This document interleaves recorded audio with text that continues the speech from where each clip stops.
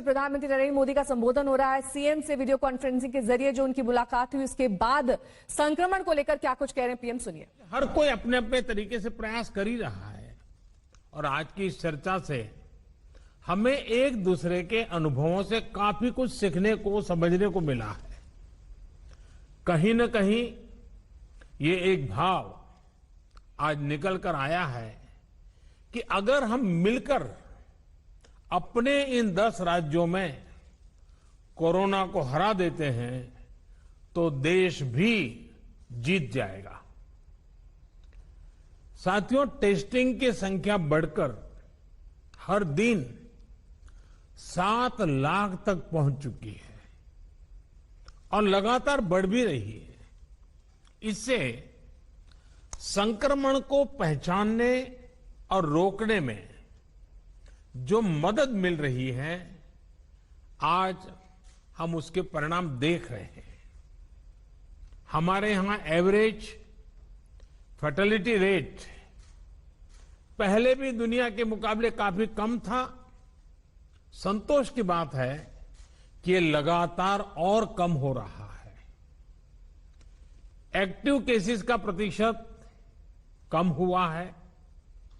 Recovery rate लगातार बढ़ता जा रहा है, सुधरता जा रहा है।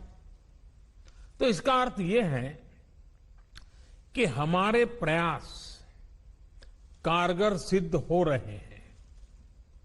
सबसे अहम बात यह है कि इससे लोगों के बीच भी एक भरोसा बढ़ा है, आत्मविश्वास बढ़ा है और डर का माहौल भी कुछ कम हुआ है।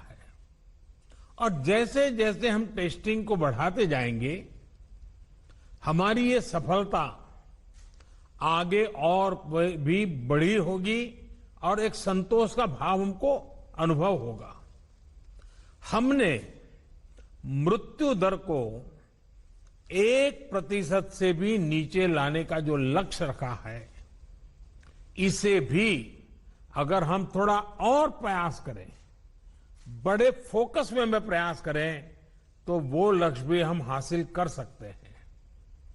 अब आगे हमें क्या करना है, कैसे बढ़ना है, इसे लेकर भी काफी स्पष्टता हमारे बीच में भी उभर करके आई और एक प्रकार से ग्रास रूट लेवल तक सब लोगों के दिमाग में पहुंच गया। अभी क्या करना है, कैसे करना है, कब करना है, बात हिंदुस्तान के नागरिक तक हम पहुंचा पाए हैं।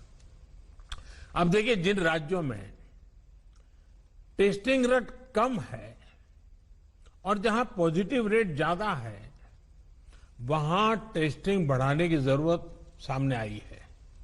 खासतौर पर बिहार, गुजरात, यूपी, पश्चिम बंगाल और तेलंगाना, यहां टेस्टिंग बढ़ाने पर खास बल देने की बात हम लोगों की बातचीत में से उभर करके आ रही है।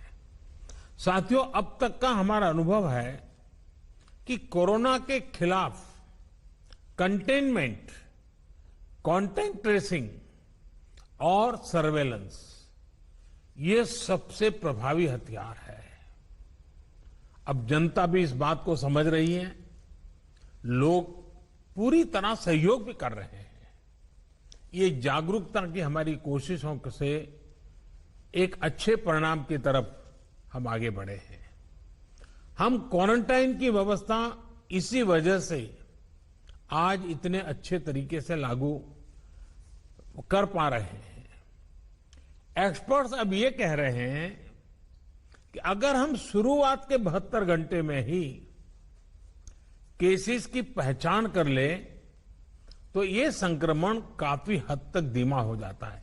और इसलिए मेरा सबसे आग्रह है कि जैसे हाथ धोने की बात हो, 2 गज की दूरी की बात हो, मास्क की बात हो, कहीं पर न थूकने का आग्रह हो, इन सब के साथ अब सरकारों में और सरकारी व्यवस्थाओं में भी और कोरोना वॉरियर के बीच भी और जनता में भी एक नया मंत्र हमें बराबर पहुंचाना पड़ेगा और वो है 72 घंटे में जिसको भी हुआ है उसके आसपास के सबको उसका टेस्टिंग हो जाना चाहिए, उनका ट्रेसिंग होना चाहिए, उनके लिए जो आवश्यक है वो व्यवस्था होनी चाहिए। अगर ये 72 घंटे वाली फॉर्मूला पर हम बल देते हैं तो आप मानिए कि बाकी जो जो चीजें हैं उसके साथ अब इसको जोड़ देना है कि 72 घंटे के भीतर भीतर इन सारे कामों को कर लेना है। आज टेस्टिंग नेटवर्क के अलावा आरोग्य सेतु ऐप भी हमारे पास है। आरोग्य सेतु की मदद से अगर हमारी एक टीम रेगुलरली उसका एनालिसिस करे तो बहुत आसानी से किस एरिया से शिकायत आ रही है हम पहुंच सकते हैं। हमने देखा कि हरियाणा के कुछ जिले, उत्तर प्रदेश के कुछ जिले और दिल्ली एक ऐसा कालखंड आया कि बड़ी चिंता का विषय बन गया। सरकार ने भी दिल्ली में ऐसी घोषणा की कि लग रहा था कि बड़ा संकट पैदा होगा। तो फिर मैंने एक रिव्यू मीटिंग की और हमारे होम मिनिस्टर श्रीमान अमित शाह जी को नेतृत्व में एक टीम बनाई और नए सिरे से सारा अप्रोच किया। उन 5 जिलों में भी और शहर में भी, दिल्ली में बहुत बड़ी मात्रा में हम जो चाहते हो परिणाम ला पाए। मैं समझता हूं कि कितना ही बड़ा कठिन चित्र दिखता हो, लेकिन सिस्टमेटिक तरीके से अगर आगे बढ़ते हैं तो चीजों को हम हफ्ते 10 दिन में अपने तरफ मोड़ सकते हैं। और हमने अनुभव करके देखा है। और इसी रणनीति के भी जो मुख्य बिंदु यही थे, कंटेनमेंट जोन्स को पूरी तरह से अलग कर देना, जहां जरूरत पड़े वहां माइक्रो कंटेनमेंट का भी आग्रह करना, 100% स्क्रीनिंग करना, रिक्शा, ऑटो रिक्शा चालक और घरों में काम करने वाले लोगों को भी और अन्य हाई रिस्क लोगों की स्क्रीनिंग पूरी कर लेनी चाहिए। आज इन प्रयासों का परिणाम हमारे सामने है। हॉस्पिटल्स में बेहतर मैनेजमेंट, आईसीयू बेड्स की संख्या बढ़ाने जैसे प्रयासों ने भी बहुत मदद की है। साथियों, सबसे ज्यादा प्रभावी आप सबका अनुभव है। आपके राज्यों में जमीनी हकीकत की निरंतर निगरानी करके जो नतीजे पाए गए, सफलता का रास्ता उसी से बन रहा है। आज जितना भी हम कर पाए हैं वो आप सबके अनुभव उसमें काफी मदद कर रहे हैं। मुझे विश्वास है कि आपके इस अनुभव की ताकत से देश ये लड़ाई पूरी तरह से जीतेगा और एक नई शुरुआत होगी। आपके और कोई सुझाव हो, कोई सलाह हो तो हमेशा की तरह मैं हर समय आपके लिए उपलब्ध हूं। आप जरूर बताइए। और मैं आपको विश्वास दिलाता हूं, सरकार के सभी अधिकारी भी आज मौजूद थे। जिन जिन बातों का आपने जिक्र किया है, जिसकी चिंता करने के लिए कहा है, टीम पूरी तरह तुरंत ही उसको आगे बढ़ाएगी।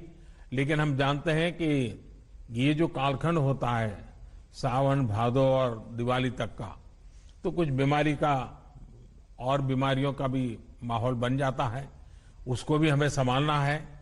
लेकिन मुझे विश्वास है कि हम जो 1% से नीचे मृत्यु दर लाने का लक्ष्य, रिकवरी रेट तेजी से बढ़ाने का लक्ष्य, 72 घंटे में सारे कांटेक्ट पर्सन को तक पहुंच करके उनकी व्यवस्था करना, इन मंत्रों को लेकर के अगर हम थोड़ा फोकस एक्टिविटी करेंगे तो हमारे जो 10 राज्य जहां पर 80% केसेस हैं, हमारे 10 राज्य जहां 82% मृत्यु है, हम 10 राज्य इस पूरी स्थिति को पलट सकते हैं।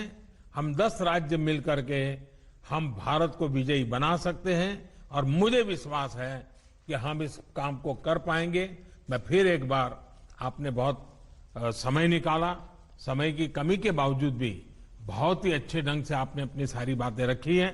मैं आपका बहुत बहुत धन्यवाद करता हूं।